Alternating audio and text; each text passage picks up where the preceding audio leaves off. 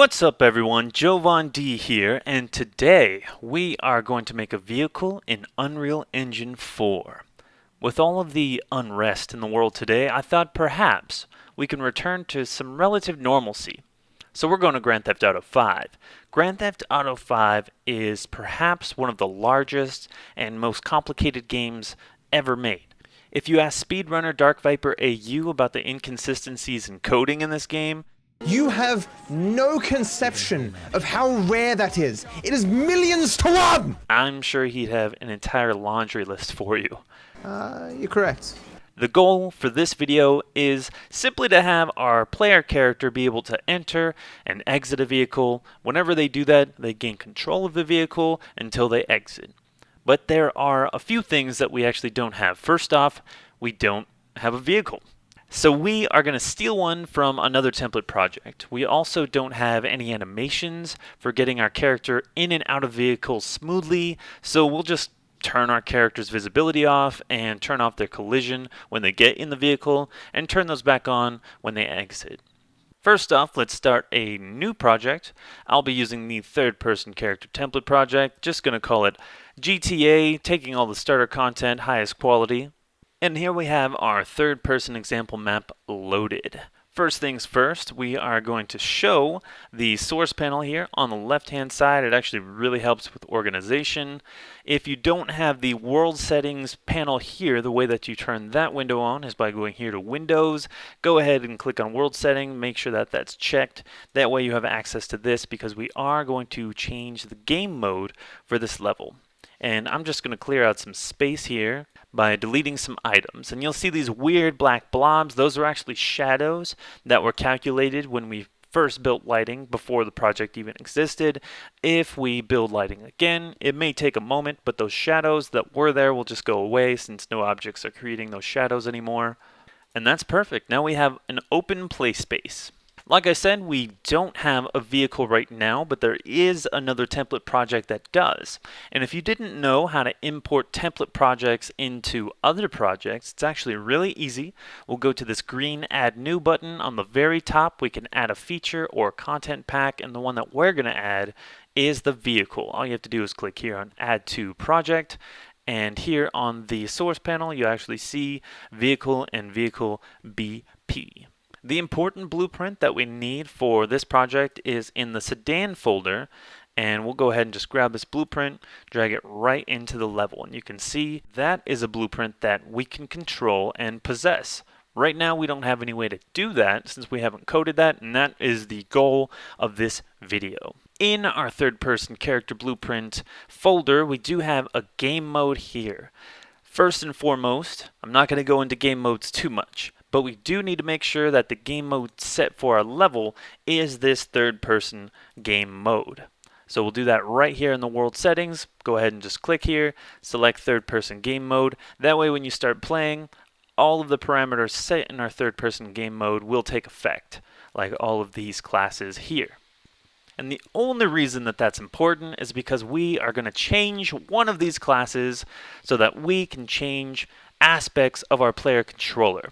These classes here can all stay the same except for this player controller. We are actually going to create a new player controller so we can go ahead and add some functionality to it to possess certain blueprints and unpossess others. That is how you can control blueprints one at a time. So in this folder, let's go ahead and create that player controller. We'll right click, go ahead and click on Blueprint Class, click on Player Controller. If this is your first player controller, I need to tell you right now that they are very necessary for games where you can go ahead and change possession. You cannot change possession from one blueprint to another without player controllers, because a player controller will remain with the player no matter what blueprint is possessed. Let's just go ahead and call this GTA underscore player controller. And now we have our unique player controller here. Let's go ahead and just change that in our game mode. We'll change it from the default player controller to the one that we just made, GTA player controller. That won't change anything right now since we haven't coded anything in our player controller or our other blueprints, but at least we'll have access to them. So logically thinking, the first thing that we need to do when determining if we can enter or exit a vehicle is finding out if we're in range of those vehicles. If you followed the Floor's Lava finale, you'll know an interesting and easy method for this called a box collision volume. In this case, we're going to use something very similar to that in our third-person character blueprint. So we're going to add a new component, and instead of it being a box collision, this one is going to be called a capsule collision. In this case, we're going to go ahead and rotate our capsule collision so that it is facing forward, and we can go up to our details panel and change the length of it. I'm just going to change it to something like 150, maybe with a, that's way too big. A 50 in the capsule radius looks about good. And now we have a capsule of 150 units, and we can reach out this far before we interact with something. Of course, you can change this height here to anything that meets your preferences. I'm just going to keep it to an even number like 150. If we go to the events on the details panel, we have all of these events that happen whenever something begins to overlap or hit or touch our capsule. The one that we're going to use is simply begin overlap. So when something, anything begins to overlap with our capsule, we can go ahead and check to see what it is. Of course, we're going to go ahead and cast to our sedan. That's really the only thing that we want to interact with at the moment. Very similar to our damage volume inside of our Floor's Lava finale. We're going to check to see once it begins overlapping if this is the sedan. And right now, to test it out, I'm going to go ahead and print string hello to make sure that our capsule is working, and it should. Let's go ahead and interact. We'll get hello on the top left every single time that we begin overlapping with our vehicle. So we know that the event is firing properly. Now we're going to go ahead and promote that specific instance of the sedan to a variable, and we're going to call this vehicle. And now we have a reference, a variable, of our specific vehicle that we're going to be entering. And at this point, we would want to change possession from our third-person character blueprint to this vehicle sedan blueprint. But like I said, in order to do that, we can't do it from our third-person character. If you right-click and look for possess, you'll only have some events for when it becomes possessed. You won't actually have the ability to possess or unpossess something else. In order to do that, we need to go to our player controller. And our player controller looks similar to a regular blueprint. It'll have a viewport, construction script, event graph, similar to normal. But we do want to create a function, and this is going to be called enter vehicle. And what do we want to do in this function? We just want to possess one thing and unpossess another. So we're going to right click, and once you go in here, you'll actually see the option to possess something. And I believe that's all you need. You don't actually have to unpossess something, since you automatically unpossess it if you possess something else. But what are we going to possess? We're actually going to possess an input. And if you remember from our Floor's Lava finale, we really went over a lot in that video. Inputs are really helpful because you can go ahead and plug in directly what you want to possess in the actual function itself. And we're going to go ahead and search for a pawn, because we want to possess a pawn when we do this. Pawn to possess. Plug that right in here. And now our player controller itself will possess a pawn. But we don't have access to our player controller in our third-person character blueprint, so that's a problem. We need to actually cast that to a variable, probably when we begin play. That's the easiest way to do it. If we right-click and hit Event, Begin Play. How do we get our player controller? Well, we're going to go ahead and just cast to GTA player controller. Now this object is going to be get player controller.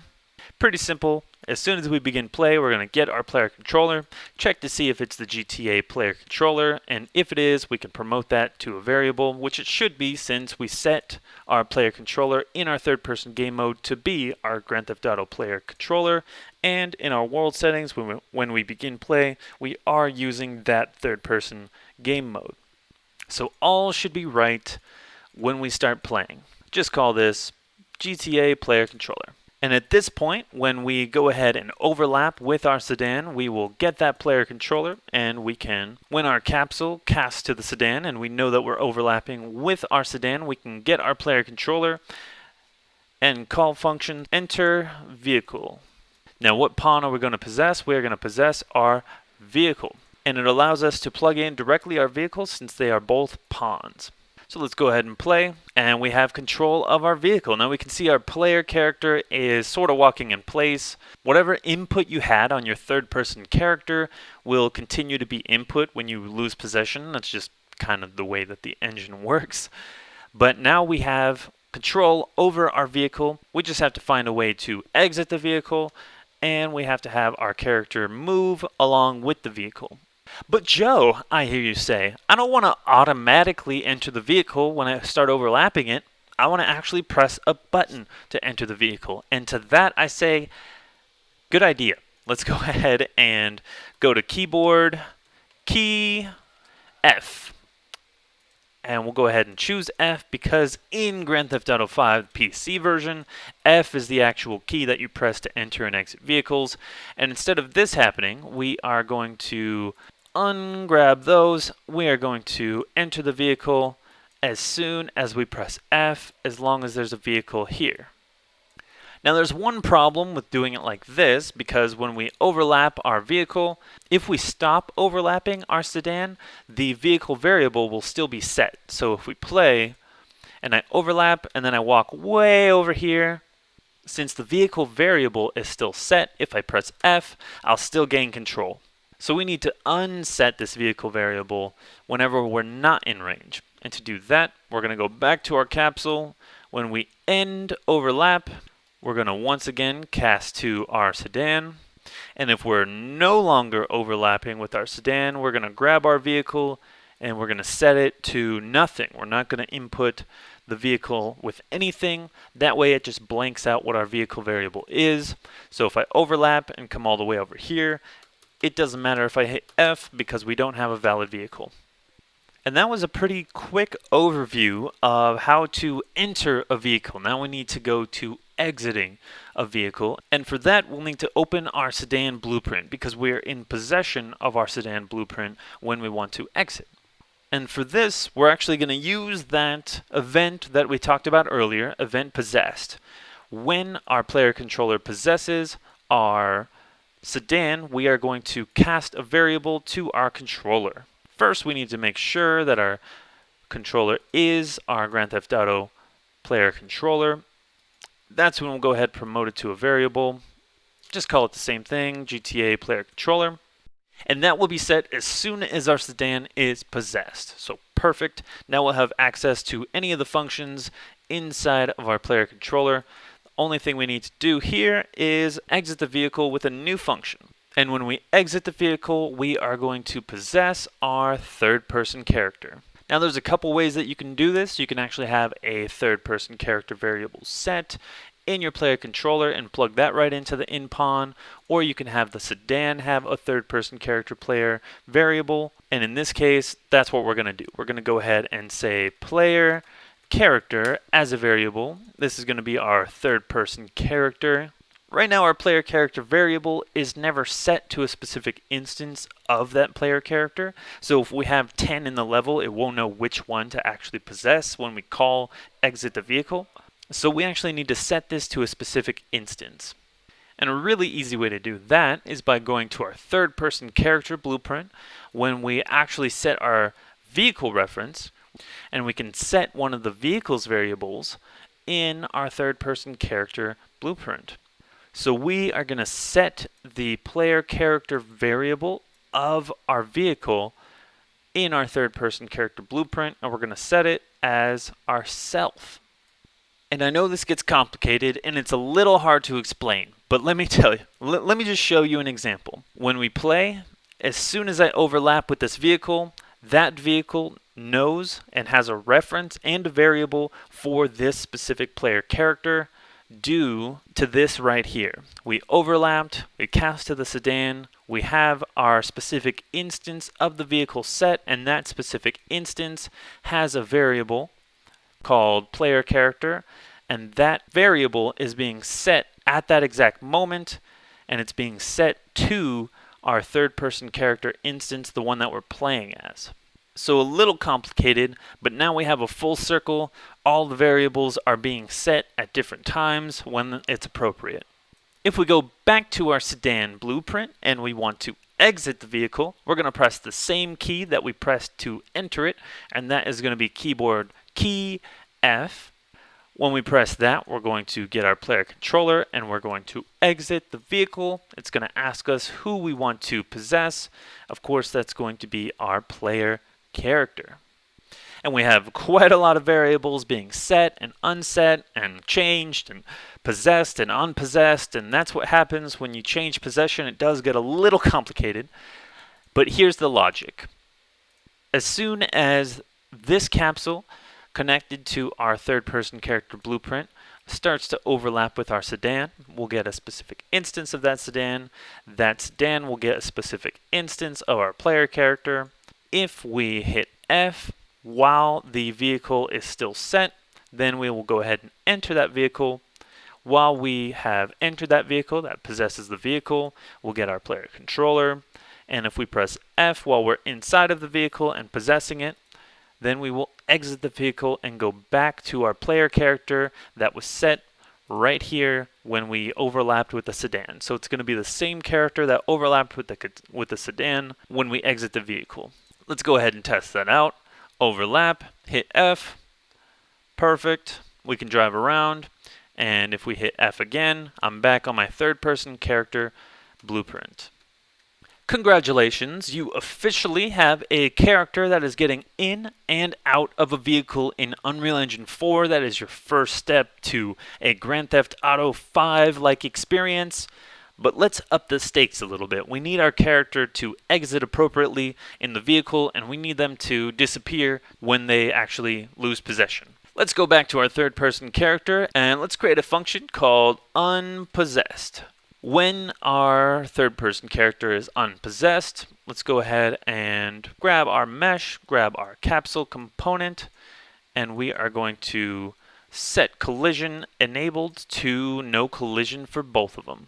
I don't know if you noticed before, but when you enter the vehicle, you can actually still bump into your third-person character, and that is not what we want. We want the character to go invisible and have us to be able to drive through him. We're also going to go ahead and grab our mesh, and we're going to set visibility to none. As long as you leave this unchecked, the visibility will be false. And we're going to call unpossessed as soon as we enter the vehicle. So when you hit F, that is when we become unpossessed. Should be able to drive exactly through where we were without any issue. We're also going to need an exact opposite of that. So when we possess our character, this is going to be called possessed. We are going to enable collision and enable visibility, and that's going to be called when we exit the vehicle. So we can drag off of our player character, and this is going to be called possessed. Really nice and easy. As soon as we enter the vehicle, our player's gone. As soon as we exit the vehicle, our player is back. Not too bad, but we also want to move and set our player character's location to near the vehicle. In fact, let's go ahead and set actor location. And we're going to set that based on our location. Get actor location. And by getting actor forward vector. That way we know which direction our actor is looking. We're just going to multiply by a float, maybe something like 250, and we're going to add our location by the forward vector and plug that right into our new location. Basically what this line says now, with a little bit of math, is when you press F, exit the vehicle, possess the player character, and set that player character's location to our sedan's location here, except a little bit forward. We're going to go in front of the sedan by about 250 units, and that is where we are going to set our player character when they exit the vehicle. So let's go ahead and enter. Let's drive all the way across this map, stop, and now we're in front of the vehicle. And that's going to work wherever we go. Our player character is just going to go ahead and be set in front of the vehicle. So a slightly better way to do this, but a little more messy in my case, is by setting the actor location first, and then exiting the vehicle, and then setting the visibility and collision back on. It'll be hard to notice a difference, but that is a better order of operations for this. And congratulations, now you have a working system for entering a vehicle and exiting a vehicle. If you want to add more vehicles to enter and exit, you can totally go ahead and create a child blueprint really easily. We haven't gone over child blueprints yet on the channel, but it's really easy. If you go ahead and grab your parent class, you can create a child blueprint, change a few aspects of them, and all of the inherited values, like all of this coding here, will be adopted by the child blueprint as well, even if it looks slightly different. Let's do a wooden car. And there you have it. You have a few different vehicles that you can go ahead and possess and unpossess with relative ease. Now, it may not be the most polished way to enter and exit a vehicle, but a lot of early PlayStation games actually use this method or similar methods in order to pilot vehicles, even aircraft and things like that, to change possession. And for learning purposes, it's actually a really simple and easy way to learn about possession and player controllers. Thank you for taking a look at this tutorial. Hopefully you learned a thing or two about possession in Unreal Engine 4. I really appreciate all of the support that you've been showing for the channel. Don't forget to like, comment, and subscribe. I'm here to help you think like a game developer, so stick around for more videos like this.